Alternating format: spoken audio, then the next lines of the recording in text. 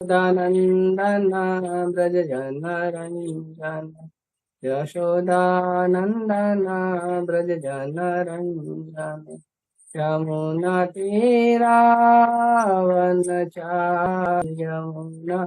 तीरावनचारि जय राधा माधव कुंज बिहारी जय राधा माधव कुंज बिहारी जय प्रभुपाद प्रभुपाद प्रभुपाद जय प्रभुपाद प्रभुपाद प्रभुपाद प्रभुपाद प्रभुपाद। हरे नाम संकीर्तन की जय। हरे कृष्णा। ओम नमो भगवते वासुदेवाय। ओम नमो भगवते वासुदेवाय। ओम नमो भगवते वासुदेवाय। तो हम पढ़ रहे हैं श्रीमद् भागवतम स्कंद 1 अध्याय 1 और श्लोक संख्या 6। तो आप लोग मेरे साथ दोहरा सकते हैं। ऋषया ऊचुः त्वया खलु पुराणानि सेतिहासानि चानघ आख्यातान्यपि भीतानि धर्मशस्त्राणि चान्वित। ऋषया ऊचुः त्वया खलु पुराणानि सेतिहासानि चानघ आख्यातानपि भीतानि धर्मशास्त्राणि चान्वित। ऋषया ऊचुः त्वया खलु पुराणानि सेतिहासानि चानघ आख्यातानपि भीतानि धर्मशास्त्राणि चान्वित। रिपीट करेगा? किसी की इच्छा है रिपीट करने की?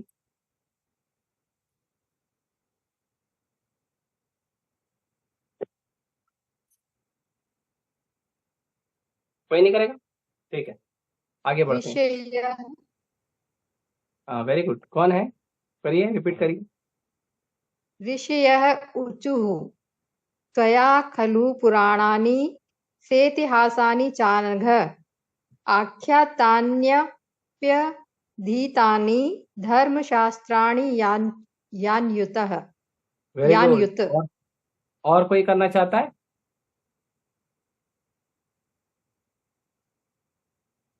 ओके। शब्दार्थ, अनुवाद और तात्पर्य कृष्ण कृपा मूर्ति अभय चरणानंद भक्ति वेदांत स्वामी श्री प्रभुपाद जी के द्वारा श्री प्रभुपाद की जय। जय।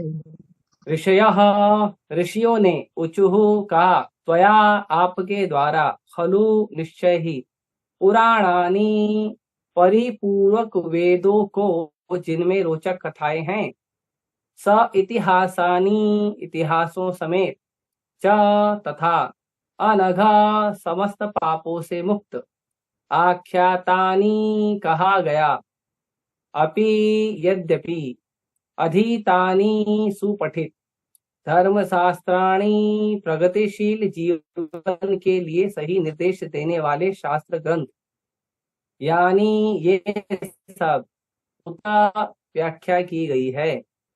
मुनियों ने कहा, हे पूज्य सूत गोस्वामी, आप समस्त प्रकार के पापों से पूर्ण रूप से मुक्त हैं। आप धार्मिक जीवन के लिए विख्यात समस्त शास्त्रों एवं पुराणों के साथ साथ इतिहासों में निपुण हैं, क्योंकि आपने समुचित निर्देशन में उन्हें पढ़ा है और उनकी व्याख्या भी की है। तात्पर्य: गोस्वामी या श्री व्यासदेव के प्रामाणिक प्रतिनिधि को समस्त पापों से मुक्त होना चाहिए। कलयुग के 4 प्रमुख पाप हैं: स्त्रियों के साथ अवैध संबंध, पशुवध, मादक द्रव्य सेवन तथा सभी प्रकार की धूर्त क्रीड़ा।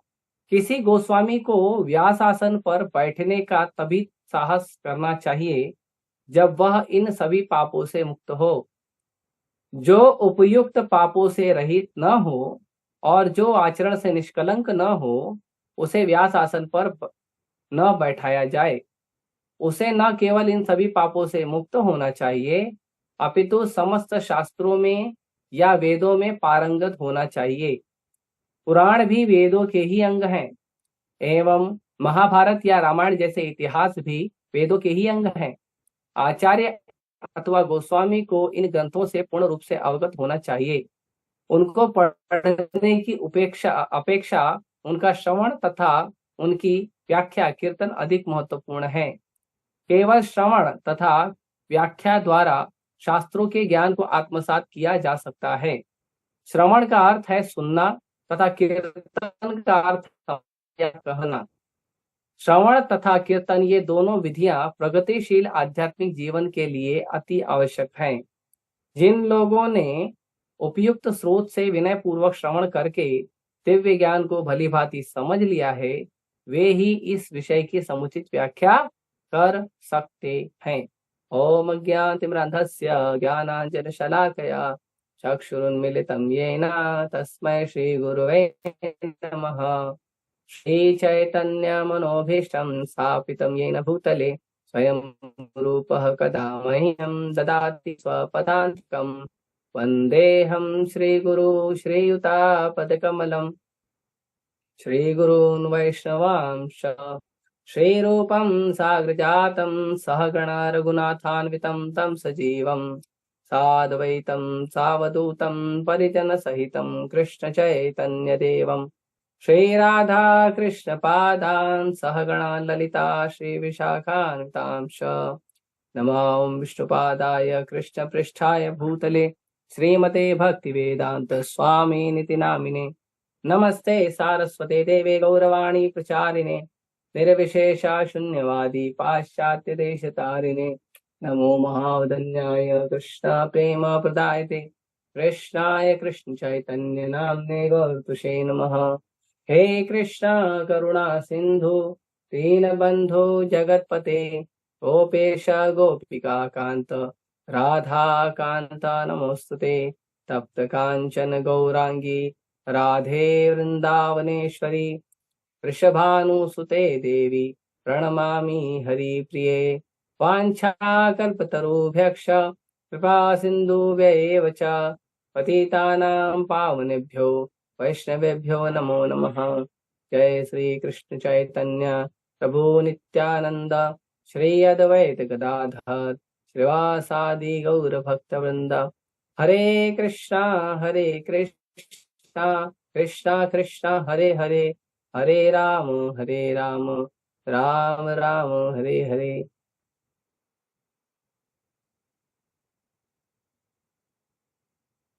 हरे कृष्णा। तो बहुत ही गंभीर विषय है, इस पर हमें चर्चा करना है।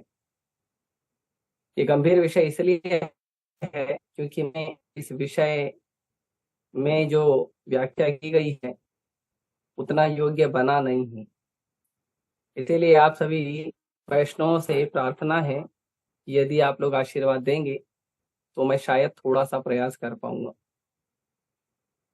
तो श्री उपदेशामृत नाम का एक ग्रंथ है। प्रभुपाद जी ने कई सारे ग्रंथ लिखे हैं और कई महत्वपूर्ण ग्रंथ हैं। जैसे जो लोग भक्ति शास्त्री का अध्ययन करते हैं, इस्कॉन में भक्ति शास्त्री करके एक कोर्स होता है, तो उसमें 4 पुस्तकों का समावेश होता है। वो 4 पुस्तकें जो हैं वो भक्तों को अच्छे से पढ़ना होता है। तो उसमें वो 4 पुस्तकें हैं, भगवद गीता, उसके बाद ईशोपनिषद, उसके बाद उपदेशामृत और उसके बाद भक्ति रसामृत सिंधु। तो ये चारों पुस्तक को अच्छी तरह पढ़ना होता है। तो रूप गोस्वामी ने कई सारे पुस्तक दिए हैं हमें और प्रभुपाद जी ने कुछ पुस्तकों पर ट्रांसलेशन किया है। तो उनमें जो मुख्य पुस्तकें हैं रूप गोस्वामी द्वारा दी गई, उन मुख्य पुस्तकों में 2 पुस्तकें हैं। एक है भक्ति रसामृत सिंधु और एक है उपदेशामृत। तो जो भक्ति रसामृत सिंधु है उसमें भक्ति के बारे में पूरा वर्णन किया गया है। भक्ति क्या है, कैसी है और भक्ति को कैसे करना चाहिए और भक्ति के अंदर क्या अपराध हैं, है ना। अलग अलग प्रकार के अपराध है, विग्रह से हमें क्या अपराध होते हैं, वैष्णव अपराध क्या होते हैं, और जीव अपराध क्या होते हैं, मंदिर में बैठने वाले क्या अपराध होते हैं, ये बहुत सारी व्याख्या उसमें की गई है। तो इस तरह से बहुत सारा वर्णन है, तो वो हम सीखते हैं, समझते हैं। उसके बाद भक्ति रसामृत सिंधु में वर्णन है कि कैसे भक्ति हमारी बढ़ती है और हम भक्ति को कैसे समझते हैं, देखते हैं। तो ये सब भी वर्णन किया गया है भक्ति रसामृत सिंधु में। और एक बहुत महत्वपूर्ण ग्रंथ है, वो है उपदेशामृत। उपदेशामृत जो ग्रंथ है, वो ग्रंथ में वर्णन है कि हमारे लिए क्या उपदेश है। जो लोग भक्ति करना चाहते हैं, जो कृष्ण के चरणों में शरणागत होना चाहते हैं, जीवन में आगे बढ़ना चाहते हैं, उनके लिए क्या निर्देश है, क्या आदेश है, क्या उपदेश है। तो उपदेश में ऐसे तो ज्यादा श्लोक नहीं है, बहुत कम श्लोक हैं, लेकिन वो बहुत ही महत्वपूर्ण पुस्तक है। और उपदेशामृत एक ऐसी पुस्तक है, मेरा निवेदन है कि आप सभी को उसको पढ़ना चाहिए। आप लोग जब भी मंदिर आएंगे तो वो एक पुस्तक खरीद लीजिए, उपदेशामृत, और जितना हो सके उसको जल्दी से जल्दी पढ़ लीजिए। और उसके अंदर दिए गए जितने भी नियम हैं, जितने भी बातें हैं, वो सारी बातें इतनी महत्वपूर्ण हैं कि चाहे आप आज एक माला जप किए हो या आप अभी भगवत धाम जाने के लिए तैयार हो, पूरा भक्ति कंप्लीट हो गया है, उसके अंदर सारा का सारा समावेश है केवल 11 श्लोकों में। पूरा का पूरा कंप्लीट, आपका कंप्लीट भक्ति, जीरो से लेके कंप्लीट भक्ति जो है आपका उपदेशामृत के अंदर वर्णन है। तो इसीलिए मेरा निवेदन है कि जो भी भक्त भक्ति में सीरियस होना चाहते हैं, उपदेशामृत को जरूर पढ़ें। तो उपदेशामृत है, उसके बाद ईशोपनिषद है। ईशोपनिषद में वर्णन है कि भगवान कैसे सर्व सर्वा हैं और भगवान कितने शक्तिशाली हैं, और भगवान के शरणागत हमें कैसे होना चाहिए, और भगवान को शरणागत होने वालों को कृपा कैसे मिलती है, और जो शरणागत नहीं होते हैं उन्हें दंड कैसे मिलता है। तो वो वर्णन है ईशोपनिषद में। तो ये सारी, और भगवत गीता आप सब जानते हैं, 18 अध्याय में भगवान ने पूरे जीवन का ज्ञान दिया है। तो ये 4 महत्वपूर्ण ग्रंथ जो हैं, भक्त लोग भक्ति शास्त्री में पढ़ाई करते हैं। तो इसमें जो उपदेशामृत है, उस उपदेशामृत में सबसे पहला जो श्लोक है, वो सबसे पहला श्लोक कहता है कि कौन से व्यक्ति को का गुण है कि वो गुरु बन सकता है। गुरु बनने का सबसे पहला लक्षण बताया गया है, या जैसे इस श्लोक में बताया गया है कि जो सूत गोस्वामी है वो बिल्कुल गुरु बनने के लायक थे। वो गुरु बनने के लायक क्यों थे, तो उसके अंदर वर्णन किया गया है कि सूत गोस्वामी ने प्रामाणिक गुरु परंपरा से सुना था, पहला। उसके बाद सूत गोस्वामी ने सभी शास्त्रों को अच्छे से पढ़ा है। उसके बाद सूत गोस्वामी ने इतिहास को पढ़ा है, पुराण को भी पढ़ा है। और उसके बाद सूत गोस्वामी उसका अच्छी तरह से उसका असली भाव भी जानते हैं। तो ये जो चीज है ये बहुत महत्वपूर्ण है गुरु बनने के लिए। आजकल हम देखते हैं इंस्टाग्राम आ गया है, फेसबुक आ गया है, बहुत सारे सोशल मीडिया प्लेटफॉर्म हैं, या पॉडकास्ट है, या ये सब जो चीजें हैं, नेक्टर ऑफ इंस्ट्रक्शन, एक मिनट,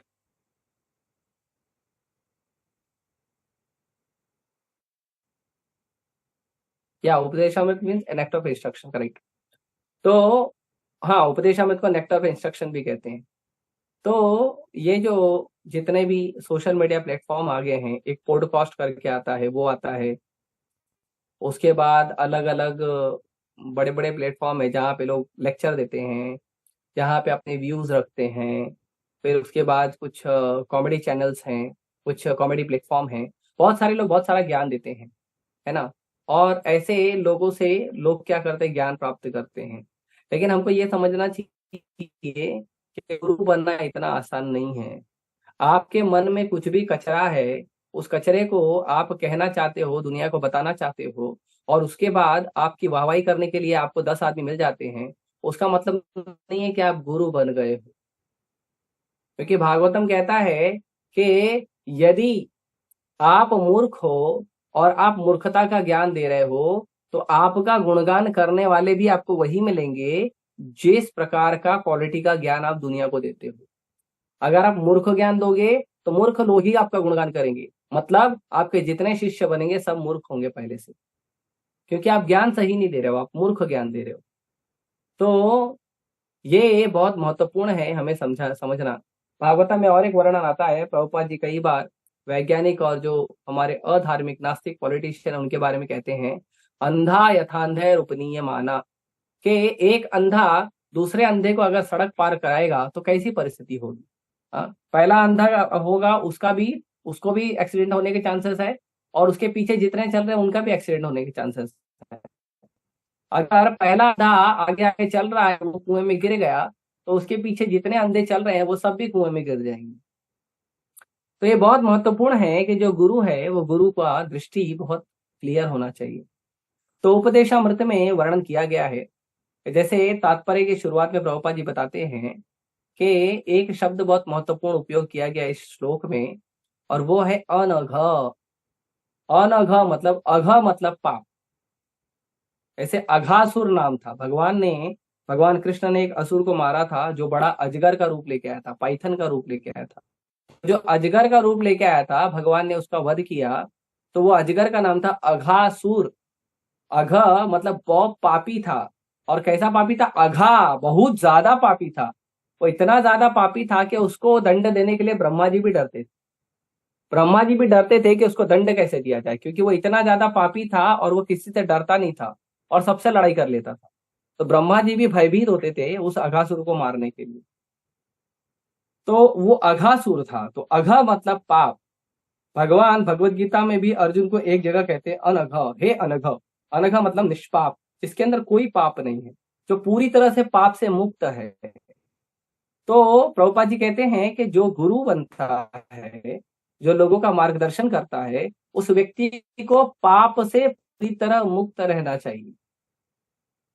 उस व्यक्ति को पाप में लिप्त नहीं होना चाहिए।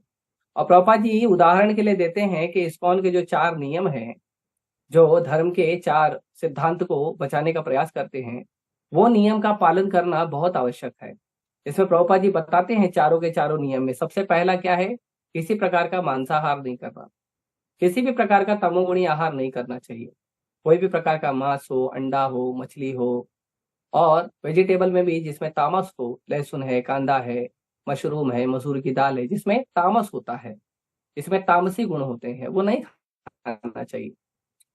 और दूसरा है, किसी भी प्रकार का हमें दारू या कोई नशा पान नहीं करना चाहिए। दारू हो गया, तंबाकू हो गया, ड्रग्स हो गया, गांजा हो गया, किसी भी प्रकार का हमें नशा नहीं करना चाहिए। और नशे का सूक्ष्म लेवल और इतना ज्यादा बढ़ गया है कि चाय और कॉफी में भी नशा होता है, तो इसीलिए नशा भी नहीं करना चाहिए। तो एक तो हो गया, किसी प्रकार का मांस भक्षण नहीं होना चाहिए। दूसरा, किसी भी प्रकार का नशा नहीं होना चाहिए। तीसरा, किसी भी प्रकार का अवैध संबंध नहीं होना चाहिए। अपनी पत्नी और अपने पति के अलावा किसी और पर पुरुष या पर स्त्री से संग नहीं होना चाहिए। ये बहुत महान पाप है।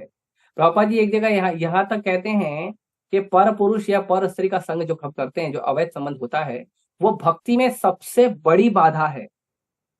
भक्ति को रोकने के लिए अगर कोई बहुत पावरफुल एक पाप सक्षम है तो वो है अवैध संबंध। तो इस अवैध संबंध से बहुत ज्यादा बचना चाहिए। खास करके जो व्यक्ति गुरु के पद पे है या जो व्यक्ति लोगों का मार्गदर्शन करने का जिम्मेदारी उठाता है, उसको इस अवैध संबंध से बहुत बचना चाहिए, बिल्कुल बचना चाहिए। उसको पूरी तरह से सख्त होना चाहिए इन नियम में कि हमें बिल्कुल भी ऐसा नहीं करना है। कुछ भी हो जाए, कैसी भी परिस्थिति हो, हमको वो पूरा प्रयास करना चाहिए कि ये नहीं करना चाहिए। तो अवैध संबंध से बचना बहुत जरूरी है। और उसके बाद चौथा है कि किसी प्रकार का जुआ, सट्टा, शॉर्टकट, ये सब नहीं करना चाहिए। आजकल हम देखते हैं कि बहुत सारे लोग शेयर में इन्वेस्टमेंट करते हैं, कुछ लोग म्यूचुअल फंड में इन्वेस्टमेंट करते हैं। तो ये जो इन्वेस्टमेंट है, ये गैम्बलिंग है। अगर आप इनकम टैक्स के अंदर अगर आप देखोगे तो ये आता है इनकम फ्रॉम अदर सोर्सेस में। और इनकम फ्रॉम अदर सोर्सेस के अंदर जो कॉलम है गैम्बलिंग का, वो गैम्बलिंग के कॉलम में आपके म्यूचुअल फंड का जो इनकम है, या जो आपके शेयर और डिबेंचर का जो आपने ट्रांजेक्शन किया है, वो ट्रांजेक्शन का जो प्रॉफिट है वो उसके अंदर दिखाया जाता है। वो जनरल इनकम नहीं है, वो गैम्बलिंग का इनकम है। क्योंकि उसमें आपको पता नहीं होता है कि कंपनी कितना प्रॉफिट करेगी या कितना लॉस करेगी। आप केवल जैक मार के पैसा डाल देते हो उसमें। आप उसमें पैसा बिल्कुल सोच के समझ के नहीं डालते हो। आप धंधा खोल रहे हो, इन्वेस्टमेंट किया और धंधे को आगे बढ़ाया, वो अच्छी बात है। लेकिन आपका धंधा बढ़ रहा है और और किसी को पता ही नहीं है आपके धंधे के बारे में कुछ, और वो बस आंख बंद करके पैसा लगा रहा है कि बढ़ गया तो चलो मिल जाएगा, अच्छी बात है। तो ये जो है ये शॉर्टकट है, इसको गैम्बलिंग कहते हैं, जिसमें निर्धारण कुछ नहीं होता है कि व्यक्ति को प्रॉफिट होगा या लॉस होगा, फायदा होगा या नुकसान होगा। तो ये भी गैम्बलिंग में आता है। तो चार प्रकार के पाप है। किसी भी व्यक्ति को, जो व्यक्ति कृष्ण भक्ति करना चाहता है, जो व्यक्ति गुरु के पद पे चलना चाहता है, जो व्यक्ति लोगों का मार्गदर्शन करना चाहता है, हर व्यक्ति को ये चार प्रकार के पाप से बचना चाहिए। परिस्थिति कोई भी हो, कैसी भी हो, हमको प्रयास करना चाहिए कि ये चार प्रकार के पाप में से किसी प्रकार का पाप हमसे न हो, और ये बहुत महान अपराध है। तो ये तो चीज हो गई कि हमें क्या नहीं करना चाहिए। कृष्ण भक्ति करने के लिए हमें क्या नहीं करना चाहिए। अब कृष्ण भक्ति करने के लिए हमें क्या करना चाहिए। तो कृष्ण भक्ति करने के लिए हमें सबसे पहले भगवान का पवित्र नाम जप करना चाहिए। हरे कृष्णा कृष्णा कृष्णा हरे हरे, हरे राम राम राम हरे हरे। सबसे पहले भगवान का नाम जप करना चाहिए। उसके बाद कृष्ण भक्ति करने के लिए भगवान के दिए हुए पवित्र शास्त्रों को पढ़ना चाहिए, प्रामाणिक गुरु के और भक्तों के मार्गदर्शन में पढ़ना चाहिए। अकेले अपने मन से नहीं पढ़ना चाहिए। अपने मन से तो हम बहुत सारे उल्टे सीधे मतलब निकाल लेते हैं, तो अपने मन से कभी नहीं पढ़ना चाहिए। पढ़ना चाहिए तो भगवान के भक्तों के साथ में पढ़ना चाहिए। और प्रभुपाद जी कहते हैं पढ़ना भी उतना सफिशिएंट नहीं है, पढ़ने के साथ साथ श्रवण और कीर्तन भी होना चाहिए। आप लोगों से सुनना भी चाहिए और आप लोगों को बोलना भी चाहिए। तो श्रवण कीर्तन होगा तो उससे और ज्यादा प्रभाव पड़ेगा। लेकिन श्रवण कीर्तन आप करोगे किससे? कौन सा व्यक्ति है जिससे आप शास्त्र सुनोगे? ये टीवी सीरियल वालों से सुनोगे जो रामायण महाभारत बनाए? नहीं, हम देखते हैं उसके अंदर भी बहुत सारे दोष हैं। जैसे एक छोटा सा उदाहरण मैं बताता हूँ कि ना रामायण, वाल्मीकि रामायण में और ना ही रामचरितमानस में कहीं भी वर्णन है कि भगवान लक्ष्मण ने लक्ष्मण रेखा खींची थी।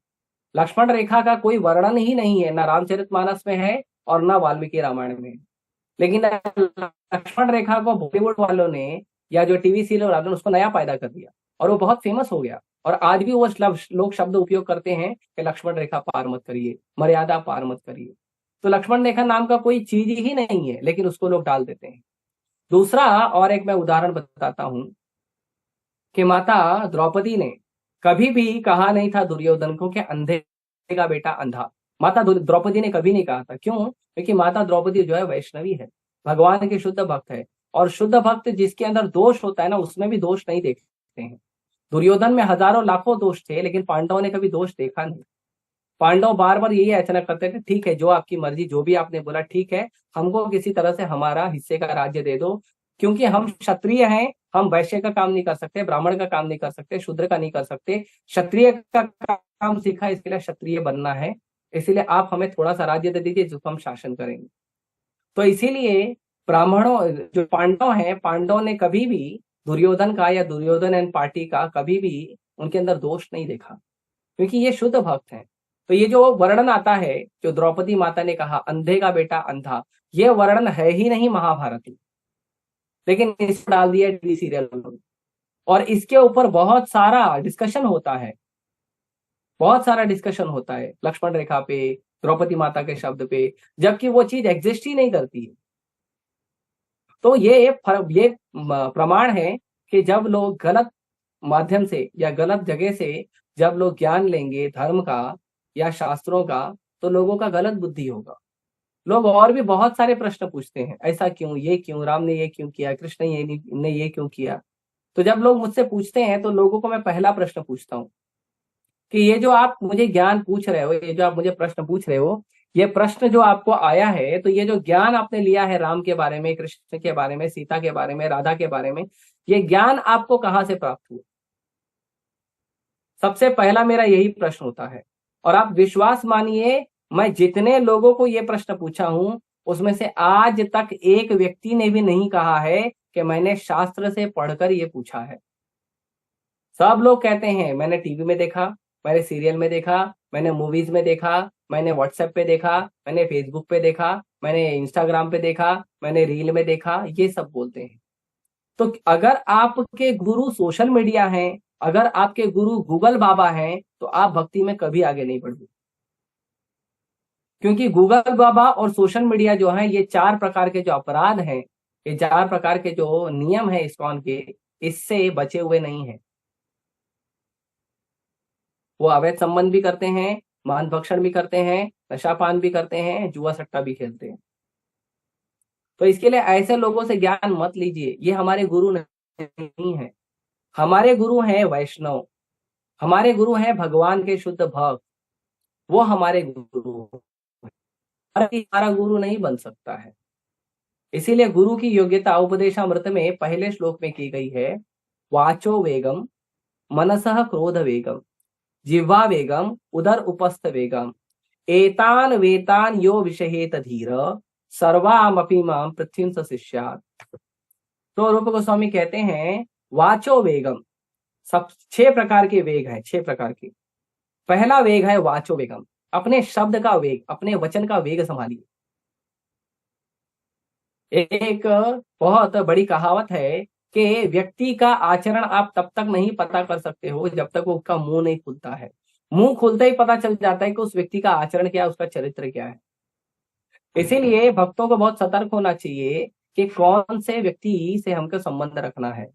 मुंह खुलते ही पता चल जाता है कि उस व्यक्ति का आचरण कैसा है। इसके लिए हमको बड़ा सतर्क होकर भक्ति करना चाहिए। हर व्यक्ति पर भरोसा नहीं करना चाहिए। जो व्यक्ति का वचन वेग में नहीं, वचन का वेग कंट्रोल में नहीं है, उस व्यक्ति से आप क्या आशा कर सकते हो।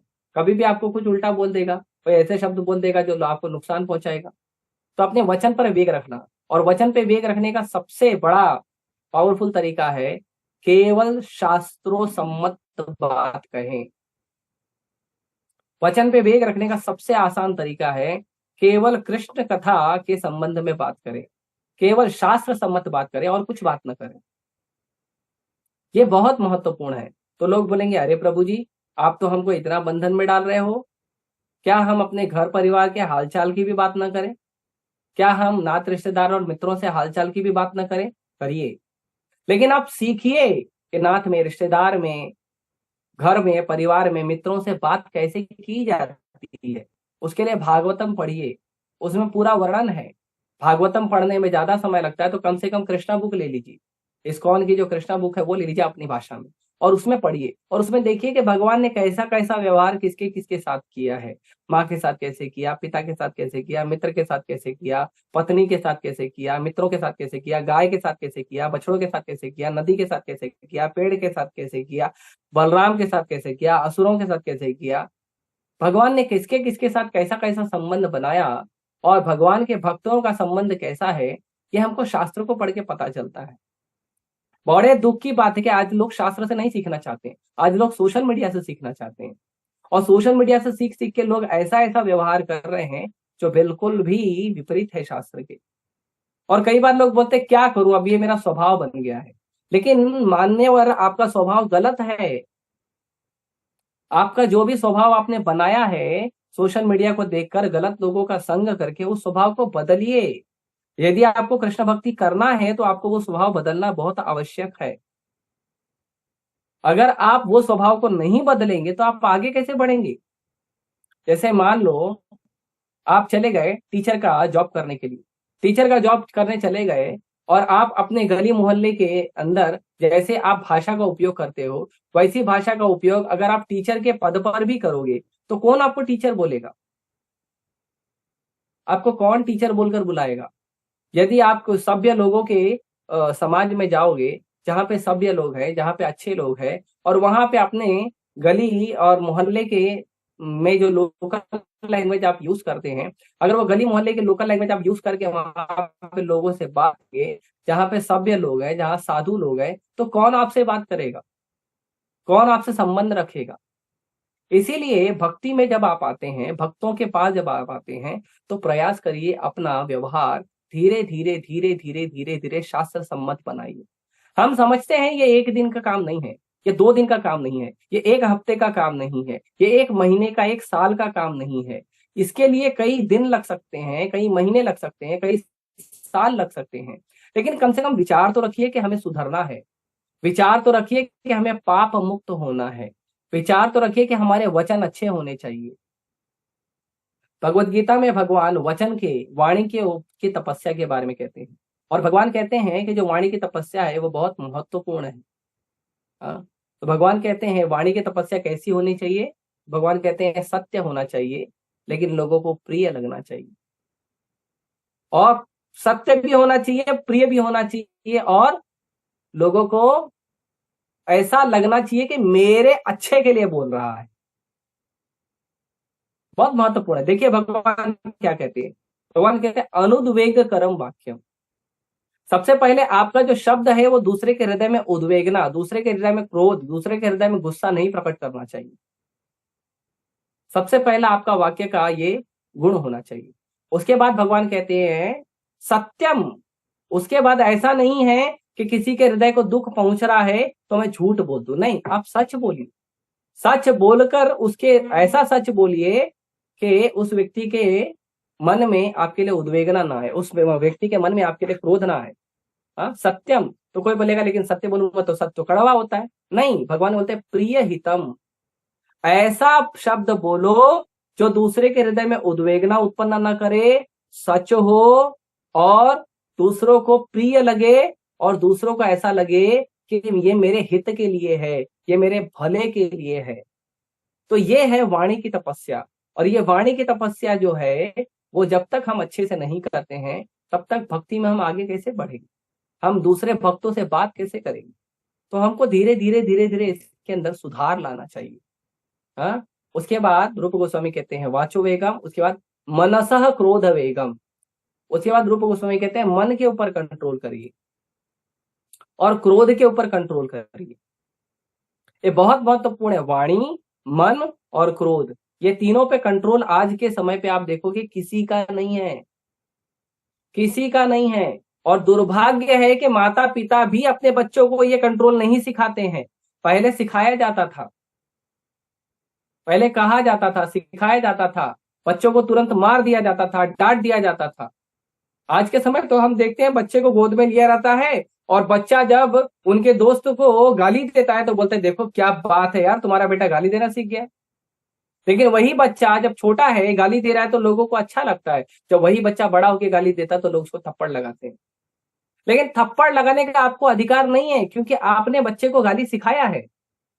आप बच्चों को गाली मत सिखाइए, आप बच्चों को गलत शब्द मत सिखाइए, आप बच्चों को राउडी बनना मत सिखाइए, आप बच्चों को क्या बोलते फंकी बनना मत सिखाइए। आप बच्चों को सिखाइए कि बच्चों को किस तरह से अच्छे व्यवहार में रहना चाहिए। आप जब तक बच्चों को ये सब चीजें नहीं सिखाएंगे तब तक क्या होगा, तब तक दिक्कत होगा, तब तक आपके बच्चे जो हैं वो गलत चीजें सीखेंगे और गलत चीजें सीख कर आपके बच्चे गलत व्यवहार में रहेंगे। इसके लिए बच्चों को सही शब्द सिखाना सबसे पहले माँ की जिम्मेदारी है, पिता की जिम्मेदारी है। उसके बाद स्कूल टीचर की जिम्मेदारी है, कॉलेज के टीचर की जिम्मेदारी है। आजकल हम देखते हैं प्रोफेसर भी गंदे गंदे भाषा में बात करते हैं, अभद्र भाषा में बात करते हैं। तो वो प्रोफेसर कैसे बन गया, क्यों उनको डिग्री दे दिया? क्या यूनिवर्सिटी से, यूजीसी से डिग्री लेने से आप प्रोफेसर बन जाते हो? आपका चरित्र कहाँ है? आजकल के बड़े बड़े प्रोफेसर का चरित्र ही नहीं है। कहां से ऐसे घटिया चरित्र को लेकर लोग टीचर बन रहे हैं, प्रोफेसर बन रहे हैं? तो कहां से हम एक्सपेक्ट कर सकते हैं कि हमारे बच्चों को हमने अच्छी स्कूल में ज्यादा ज्यादा गड्डी गड्डी पैसा भर के हमने स्कूल में डाला और हमारे बच्चों को चरित्र मिलेगा? नहीं मिलेगा। अगर आप अपने बच्चों को हरिनाम करना नहीं सिखाओगे, अगर आप अपने बच्चों को गीता भागवत पढ़ना नहीं सिखाओगे, अगर आप अपने बच्चों को महाभारत पढ़ना नहीं सिखाओगे, रामायण पढ़ना नहीं सिखाओगे, अगर आप अपने बच्चों को भक्ति करना नहीं सिखाओगे, तो आपका बच्चा जो है ना आपका नहीं बनेगा। ये मार्क करके रख लीजिए, आपका बेटा आपका नहीं बनेगा, आपकी बेटी आपकी नहीं बनेगी। ये मार्क करके रखिए। और जो बच्चे हैं, जो नौजवान लोग हैं, उन्हें ये समझना चाहिए कि अब तक किसी कारणवश हमें सही मार्ग नहीं मिला है। अब तो आप इस्कॉन में आए हो, अब तो आप साधु के संग में आए हो, कृपया करके अब तो सुधरने का प्रयास करिए। बहुत महत्वपूर्ण चीज है। तो वाचो वेगम, मनसः क्रोध वेगम। उसके बाद कहते हैं जीवा वेगम। उसके बाद जीभ का भी कंट्रोल होना चाहिए। जीभ का कंट्रोल नहीं कि जो मन में आया खा लिया, यहां कहां कहीं देखा उठा के खा लिया, नहीं, ऐसा नहीं होना चाहिए। जीभ का सबसे अच्छा कंट्रोल है कृष्ण प्रसाद खाइए। जो आपको खाना है आप खुद कुकिंग करिए, माँ को कुकिंग करने बोलिए, पत्नी को बोलिए, बहन को बोलिए कुकिंग करें, या आप खुद कुकिंग कर लीजिए और कुकिंग करके उसको भगवान के शास्त्रों के नियम के अनुसार कुकिंग करिए, भगवान को भोग लगाइए और भोग लगा के पाइए। तो हमारा जीभ कंट्रोल होगा। और जीभ को कंट्रोल करने का दो तरीका है, एक तो भगवान का नाम जप करना और दूसरा भगवान का प्रसाद खाना। ये दो तरीका है जीभ को कंट्रोल करने का। प्रभुपाद जी कहते हैं केवल आप अपनी जीभ कंट्रोल कर लोगे ना, तो भी आपकी संभावना बहुत ज्यादा हो जाएगी कि आप भगवत धाम जा सकते हो, शुद्ध हो सकते हो, भक्ति में आगे बढ़ सकते हो। केवल जीभ कंट्रोल करिए। क्या करना है? दो ही काम करना है, एक हरिनाम लेना है निरंतर और एक प्रसाद खाना है। कम से कम ये मिनिमम दो काम तो करना चाहिए किसी भी व्यक्ति को। जीवा बेगम उदर वेगम, उदर वेगम मतलब पेट का वेग। किसी भी व्यक्ति को बहुत ज्यादा या बहुत कम नहीं खाना चाहिए। भगवत गीता में भगवान बताते हैं व्यक्ति को खाना कैसे खाना चाहिए। तो भगवान कहते हैं युक्त आहार विहारस्य, कि व्यक्ति का जो आहार होना चाहिए युक्त होना चाहिए। युक्त मतलब जितना जरूरत है उतना होना चाहिए, ना कम होना चाहिए ना ज्यादा होना चाहिए। जो व्यक्ति बहुत कम खाता है वो भक्ति नहीं कर सकता, और जो व्यक्ति बहुत ज्यादा खाता है वो भी भक्ति नहीं कर सकता। भगवान भगवत गीता में कहते हैं जो व्यक्ति बहुत सोता है वो भक्ति नहीं कर सकता, और जो व्यक्ति बहुत कम सोता है वो भी भक्ति नहीं कर सकता। तो ऐसा मत समझिए, देखो मैं तो बहुत अच्छा भक्ति कर रहा हूं, मैं बहुत कम सोऊंगा, बहुत कम खाऊंगा, तपस्या करूंगा और बहुत अच्छा भक्ति करूंगा। नहीं, आप ब्रह्म में हो। भगवान ने कहा युक्त आहार और युक्त विहार। आपका आहार और आपका विहार युक्त होना चाहिए, जितना जरूरत है उतना होना चाहिए, अपने मन का नहीं होना चाहिए। आज मुझे लगा मैं उपवास करूंगा और कल मुझे लगा मैं बकासुर की तरह खाऊंगा, नहीं, ये गलत बात है।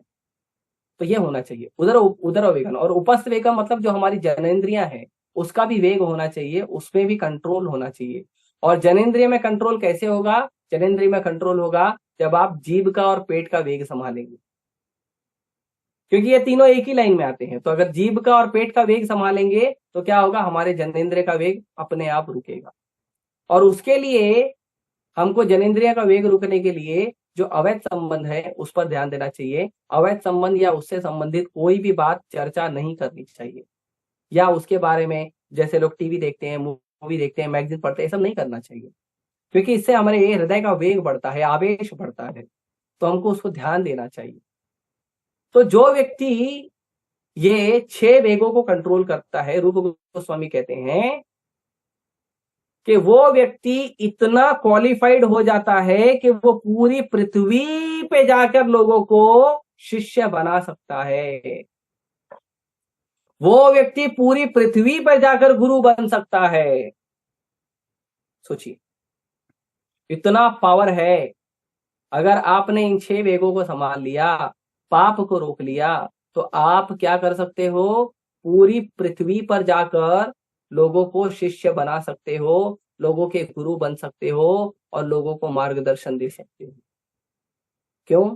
क्योंकि भगवान कहते हैं कि जब तक पाप खत्म नहीं होगा ना, भक्ति नहीं पकड़ पाओगे आप। और जब आप ही पाप कर रहे हो तो आप दूसरों को क्या भक्ति दोगे? जब आप ही पाप में लिप्त हो, जब आप ही चारों नियम तोड़ रहे हो इस्कॉन के, जब आप ही गलत गलत व्यभिचार में लगे हो, तो आप दूसरों को क्या भक्ति दोगे? तो वो संभव नहीं है। भगवान कहते हैं भगवद गीता में येषाम तु अंतगतम पापम, जिस व्यक्ति का पाप अंत हो गया है या कम हो गया है या शून्य होने वाला है, जना नाम पुण्य कर्मणा, और उस व्यक्ति का पुण्य उदय हो रहा है, उसका पुण्य बढ़ रहा है, तो वो व्यक्ति क्या बनता है? वो व्यक्ति बनता है तेषाम नित्य भिक्तायानाम योग क्षेमम वहामि हम।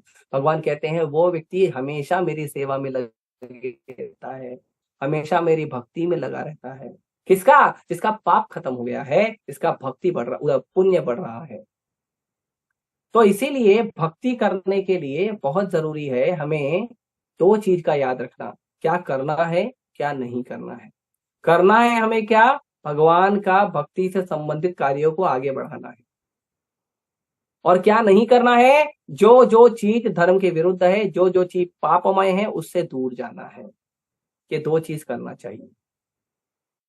ये तो बात हो गई चरित्र की। अब बात करते हैं ज्ञान की। तो सूत गोस्वामी ने ज्ञान कैसे लिया? तो सूत गोस्वामी ने ज्ञान लिया वैष्णव से। जब सुखदेव गोस्वामी परीक्षित महाराज को ज्ञान दे रहे थे, उस समय उस सभा में सूत गोस्वामी भी बैठे थे, और सूत गोस्वामी ने अपने गुरु सुखदेव गोस्वामी से ज्ञान प्राप्त किया है। और सूत गोस्वामी कैसे हैं ज्ञान प्राप्त करने वाले व्यक्ति? तो वेदों में, शास्त्रों में, इतिहासों में और पुराणों में पारंगत हैं, दक्ष हैं। ऐसे नहीं कि ठीक है चलो अभी हम गुरु बन जाएंगे। कैसे बन जाएंगे? ना व्हाट्सएप पे थोड़ा पढ़ लिया था, अभी ज्ञान देंगे, दुनिया को बांटेंगे। फेसबुक पे थोड़ा पढ़ लिया, अभी ज्ञान बांटेंगे। हाँ, आजकल तो बहुत सारे लोग आते हैं ज्ञान बांटने के लिए। तो कुछ पॉलिटिशियन हैं जो थोड़ा धार्मिक ज्ञान जिनको थोड़ा पता है, वो लोग पॉलिटिकल डिबेट में बोलते हैं, तो ये लोग सुन लेते हैं पॉलिटिकल डिबेट में, और आके फिर हमारे सामने झाड़ने लगते हैं। तो उनको बताना पड़ता है, भाई जो आप ज्ञान दे रहे हो ना, वो आधा सही है आधा गलत।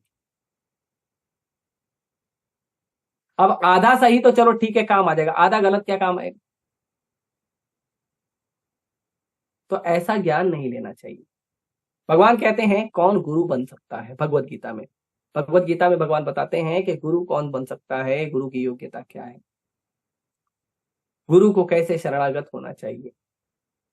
तो गुरु के शरणागति के लिए भगवान बताते हैं कि गुरु को शरणागति करोगे तो क्या हमारे गुण होने चाहिए, शिष्य का क्या गुण होना चाहिए।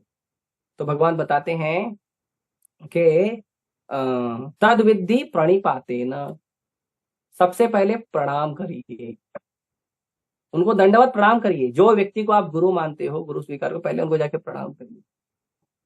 सही है गलत है उसका बाद, पहले जाके प्रणाम करिए। पहले जाके गुरु से बहस मत करिए, पहले जाके गुरु को चैलेंज मत करिए। कई लोग आते नहीं नहीं महाराज आप पहले ये बात बताओ फिर हम मानेंगे। एक लड़का आया था मेरे पास कुछ दिन पहले, आई थिंक 10-12 दिन पहले, एक आया था, प्रश्न पूछ रहा था कृष्ण बड़े हैं या विष्णु बड़े हैं। तो मैंने बता दिया। फिर बोला शिव बड़े हैं या कृष्ण बड़े हैं। फिर मैंने बताया, तो जैसे ही बताया तुरंत बहस पे आ गया, तुम ये गलत बोलते हो, वो गलत बोलते हो, तुम्हारी गीता में ये लिखा है, वो पुराण में ये लिखा है, ये पुराण में ये लिखा है। तो फिर मैंने उसको ज्ञान देना पहले तुरंत बंद कर दिया, और पहले 10 मिनट उसको अच्छे से मैंने समझाया कि पहले तुम मेरे को क्लियर करोगे, तुम मेरे से बहस करने आए हो या शास्त्रार्थ करने आए हो कि ज्ञान लेने आए हो। ये तीनों में से तुम क्या करने आए हो, पहले वो क्लियर करो। उसके बाद मैं डिसाइड करूंगा कि मैं तुम्हारे साथ कैसा व्यवहार करूंगा। क्योंकि अगर तुम बहस करने आए हो तो देखो मैं भजन करने वाला आदमी हूं, मेरे पास ज्यादा समय नहीं। तुम शास्त्रार्थ करने वाले हो तो मैं ज्यादा ज्ञानी आदमी नहीं हूं। हमारे मंदिर के कोई बहुत सीनियर डिवोटी हैं, मैं पता करूंगा, अगर उनके पास समय है तो उनसे मिला दूंगा। और यदि तुम ज्ञान अर्जन करने आए हो तो मेरे को जितनी बुद्धि है उतनी बुद्धि से मैं आपको बताऊंगा। अगर आपको वो ज्ञान जमता है, ठीक लगता है तो अच्छी बात है, लेकिन अगर आपको लगता है कि मेरे दिए हुए ज्ञान में कोई कमी है तो मैं आपको अपने सीनियर से मिलाऊंगा, और मेरा सीनियर आपको ठीक ठीक उससे ज्यादा ज्ञान देगा। लेकिन आप बहस करने आए हो ना, तो भाई मेरे को प्रणाम करो, मैं आपको प्रणाम करता हूं, मुझे माफ करिए, और मेरे पास ज्यादा समय नहीं है। तो बहुत महत्वपूर्ण है कि कौन व्यक्ति आता है ज्ञान लेने के लिए। बहस करने आएंगे, शास्त्रार्थ करने आएंगे, चैलेंज देने आएंगे, वैसे लोग क्या सीखेंगे? आपका ज्ञान प्राप्त करने का जो आधार है, जो उद्देश्य है, वही गलत है। ज्ञान प्राप्त करने का क्या उद्देश्य है आपका? ना हमको थोड़ा ज्यादा जानना है, हमको अहंकारी बनना है कि मेरे पास भी ज्ञान है, या मेरे को साबित करना है कि इस्कॉन वाले गलत है। इसको ज्ञान थोड़ी बोलते हैं, इसको मूर्खता बोलते हैं। मूर्ख व्यक्ति होता है हर जगह झंडा लेके घूमता है, मैं बड़ा मैं बड़ा मैं बड़ा।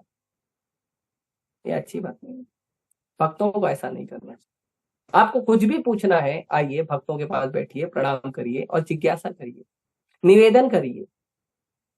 भक्त के अंदर सामर्थ्य होगा, उसके अंदर अगर उसको समय होगा, परिस्थिति अनुकूल होगी तो आपको जरूर बताएगा, क्यों नहीं बताएगा? प्रसाद उसाद ला के बैठा के खिला के बताएगा। तो ये बहुत महत्वपूर्ण है कि जो व्यक्ति ज्ञान देने वाला है उसको शास्त्रों में भी पारंगत होना चाहिए। और शास्त्रों में पारंगत का मतलब है उसको हर रोज शास्त्र पढ़ने चाहिए। इस्कॉन में जो भी व्यक्ति इस्कॉन में चाहता है प्रचार करना, लोगों को ज्ञान देना, लोगों को कृष्ण से जोड़ने का जिसका भाव है, उस व्यक्ति को ध्यान रखना चाहिए कि वो कम से कम आधा घंटा, 1 घंटा, 2 घंटा प्रभुपाद जी की पुस्तकें पढ़े। अगर वो प्रभुपाद जी की पुस्तकें नहीं पढ़ता है तो वो व्यक्ति ठीक ठीक प्रचार नहीं कर पाएगा, वो गलत प्रचार करेगा। तो कोई बोलेगा ठीक है प्रभु जी, प्रभुपाद जी का बुक नहीं पढ़ रहा हूँ लेकिन शास्त्र पढ़ रहा हूँ, भाई यहाँ इस कंपनी का बुक लेके पढ़ रहा हूँ, उस कंपनी का बुक लेके पढ़ रहा हूँ, रामायण ही पढ़ रहा हूँ, महाभारत ही पढ़ रहा हूँ, मत पढ़िए। प्रभुपाद जी ने अपने ग्रंथों में जितनी चीजें दे दी गई है वो पर्याप्त है पूरी सृष्टि के लोगों को भगवत धाम भेजने के लिए। पूरी सृष्टि के लोगों को भगवत धाम भेजने के लिए पर्याप्त है प्रभुपाद जी के ग्रंथ, मत जाइए कहीं और। एक बार परम पूज्य गोपाल कृष्ण गोसाई महाराज से किसी भक्त ने पूछा दिल्ली में, महाराज प्रभुपाद जी ने हमें जो ग्रंथ दिए हैं अच्छी बात है, लेकिन प्रभुपाद जी के ऊपर भी और भी जो हमारे पूर्ववर्ती आचार्य हैं उन्होंने भी ग्रंथ दिए हैं, भक्ति सिद्धांत महाराज है, जीव गोस्वामी है, विश्वनाथ चक्रवर्ती ठाकुर है, भक्ति विनोद ठाकुर है, बहुत सारे हैं, हमको उनको भी पढ़ना चाहिए। तो हमारे गुरु महाराज ने बोला कोई बात नहीं, आप पढ़ सकते हैं, लेकिन आप इस बात का निश्चित रखिए कि कम से कम प्रभुपाद जी की सारी पुस्तकों को अगर आप 7 बार पढ़ लिए हो तब जाना। बहुत महत्वपूर्ण है। हमको प्रभुपाद जी का बुक नहीं पढ़ना है, हमको जो दिया गया है, जिस जिस पुस्तक से, जिस ज्ञान से मेरा पोषण हुआ है, जिस ज्ञान से एक एक कदम चलकर मैं भक्ति में आगे बढ़ा हूं, वो ज्ञान मैं नहीं दूंगा। मैं यहां वहां से कोई श्लोक सुन लूंगा और जाके दुनिया में प्रचार करूंगा, मुझे लगता है आप जाएंगे, नहीं आएंगे। मैंने भी आज तक जितना भी प्रचार किया है, जो भी प्रयास किया, प्रचार तो नहीं किया है, मैंने आज तक जितना प्रयास किया है, जितना प्रचार का और जितना मैंने लेक्चर दिया है, मैं विनम्र निवेदन के साथ कह रहा हूं कि मैं केवल प्रभुपाद जी की पुस्तक और प्रभुपाद जी के लेक्चर से बोलना पसंद करता हूं।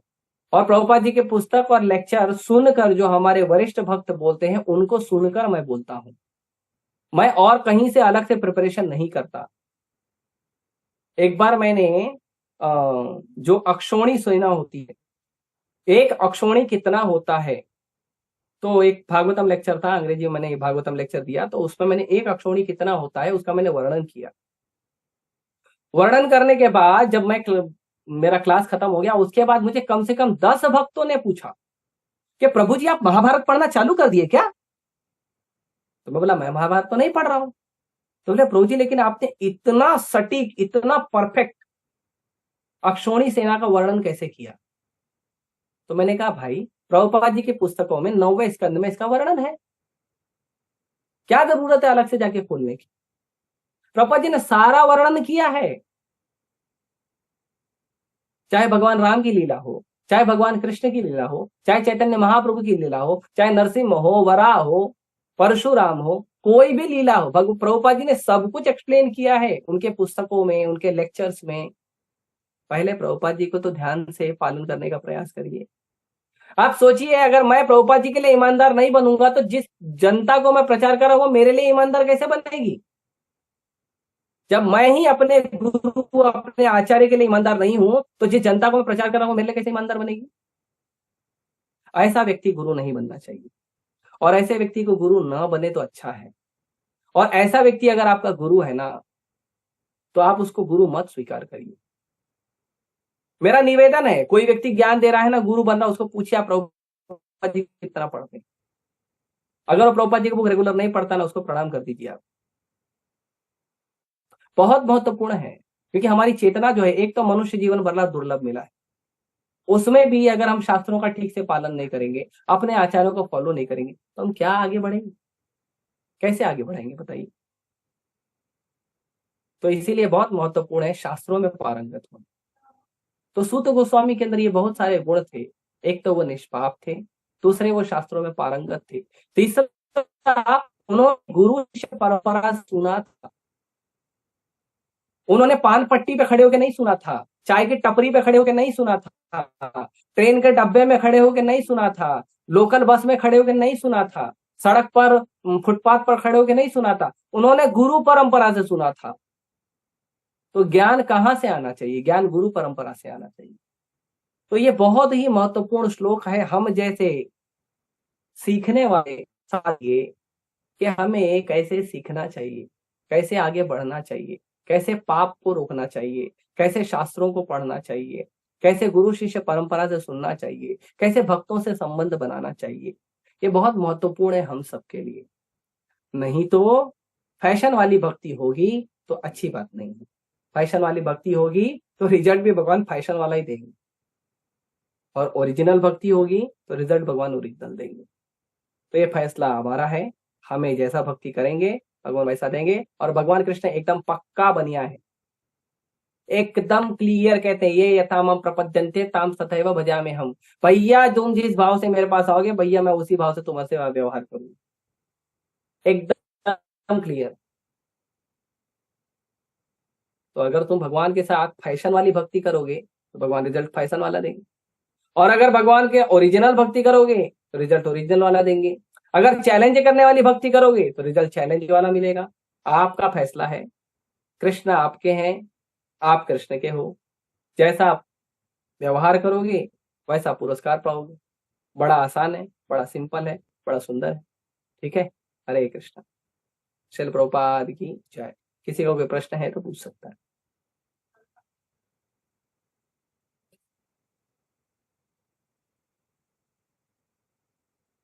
वाह, सब ज्ञानी है, किसी का प्रश्न नहीं है। पक्का किसी का प्रश्न नहीं है। यशिका, हरे यशिका, यस माता जी बोलिए। हरे कृष्णा प्रभु जी, दंडवत प्रणाम। माता जी प्रभु जी, धन्यवाद। जैसे आज आपने इतना सुंदर वर्णन किया है वाचो वेगम मतलब उपदेशामृत से, रूप गोस्वामी द्वारा लिखित। मैंने प्रभु वर्णन जी, नहीं किया, प्रभुपाद जी का तात्पर्य वही बोल दिया मैंने। जी आपके माध्यम से हमें ये वर्णन सुनने को मिला है। पहले तो आपका धन्यवाद, आपने बहुत सुंदर तरीके से इसको, बहुत इजी तरीके से इसको समझाया है हमें। जैसे आपने पहले ही श्लोक का बताया है, वाचो वेगम मनसा क्रोध वेगम जीवा, तो वाणी का वेग। प्रभु जी, इसमें वाणी का वेग, जैसे हमारे अनर्थ हैं वो हमारे आगे आते हैं, और हम जैसे ही वाणी का प्रयोग सोचकर करना चाहते हैं, लेकिन उस समय अनर्थों के कारण हम अपने वाणी पर वेग नहीं कर पाते हैं, और भक्तों के माध्यम से जो हमसे अपराध हो जाते हैं वाणी के माध्यम से, वो वाणी का वेग हम किस तरह से रोक पाए कि अपनी वाणी को किस तरह से भक्तों के सामने बोलें या व्यवहार करें। ये हमारे लिए आसान नहीं होता है, क्योंकि वो हमारे लिए नया होता है और हमें सीखना होता है, लेकिन हम जाने अनजाने में बहुत अपराध इस तरह से करते हैं।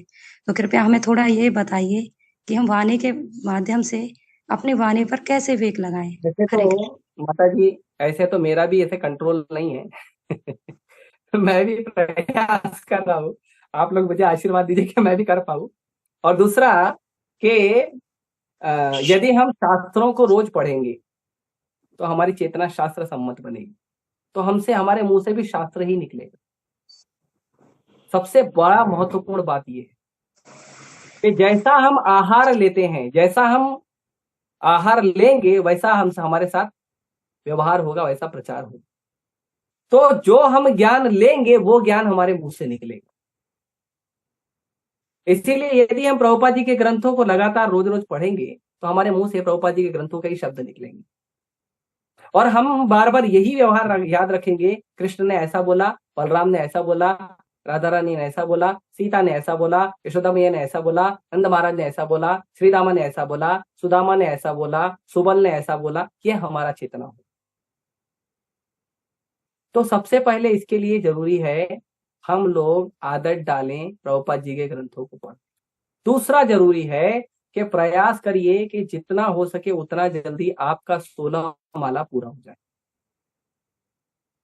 जितना जल्दी आपका माला पूरा होगा उतना जल्दी हमारा चेतना जो है वो सुरक्षित होगा। जितना देरी तक, रात तक हमारा माला होगा, उतना संभावना है कि हमारी चेतना में जो कलमश है वो हमारे मुंह के द्वारा, हमारे शरीर के द्वारा प्रकट होगा। क्योंकि हमारे जो अनर्थ है वो हर समय प्रकट होने के लिए तैयार रहते हैं, लेकिन जब हम जप करते हैं, ग्रंथों को पढ़ते हैं, तो हमें प्रोटेक्शन मिल जाता है और हमारे अनर्थ प्रकट जल्दी नहीं होते हैं और वो थोड़े दब जाते हैं। लेकिन अगर हम अपने अनर्थों को नहीं रोक पाएंगे तो हमारे अनर्थ ऐसे ही प्रकट होंगे। तो रोकने का तरीका है, प्रयास करें, भगवान का नाम जप करें। पहला तो जो 16 माला है जल्दी से जल्दी कर लें। दूसरा, जितना हो सकता है ज्यादा माला करें। इस्कॉन में ऐसा नहीं कहा गया है कि केवल 16 माला करना है। इस्कॉन में कहा गया है मिनिमम 16 माला करना है, कम से कम 16 माला करना है। आप ज्यादा भी कर सकते हैं। आपका जो भी मार्गदर्शक है, उस मार्गदर्शक ने शायद आपको बताया नहीं कि 16 माला से ज्यादा आप कर सकते हो।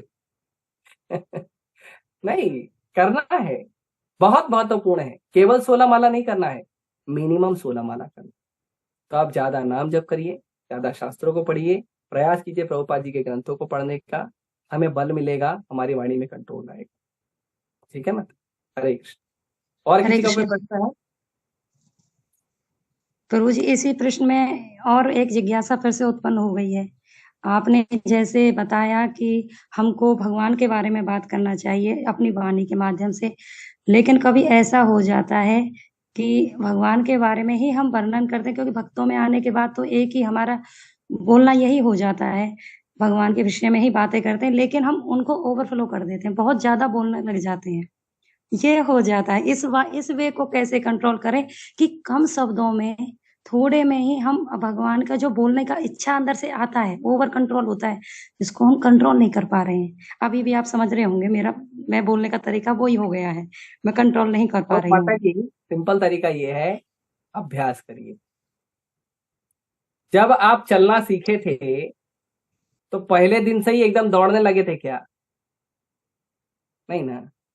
धीरे धीरे चलना सीखे, पहले चले फिर गिरे, फिर चले फिर गिरे, फिर चले फिर गिरे, है ना। कोई गारंटी दे सकता है आप तो मुझे दौड़ने आ गया, अब मैं कभी जीवन में नहीं गिरूंगा? नहीं ना। तो देखिए, अपना प्रयास करिए, बाकी कभी कभी हो जाता है, उसके लिए भगवान क्षमा कर देंगे। लेकिन हमारा विचार नहीं होना चाहिए कि हम ओवरफ्लो करें, तो हमारा कंट्रोल रहेगा। और कभी कभी हो गया तो चिंता मत करिए। ठीक है। और जी, कोई भक्त का कोई प्रश्न है? धन्यवाद जी। आज आपने बहुत अच्छे से हमको समझाया है, बहुत अच्छा लगा। हरे कृष्णा। धन्यवाद। हरे कृष्ण। किसी भक्त का प्रश्न है? नहीं है? ठीक है, बहुत बहुत धन्यवाद आप सभी का जुड़ने के लिए। ग्रंथराज श्रीमद् भागवतम की जय, श्रील प्रभुपाद की जय। हरे कृष्णा कृष्णा कृष्णा हरे हरे, हरे राम राम राम हरे।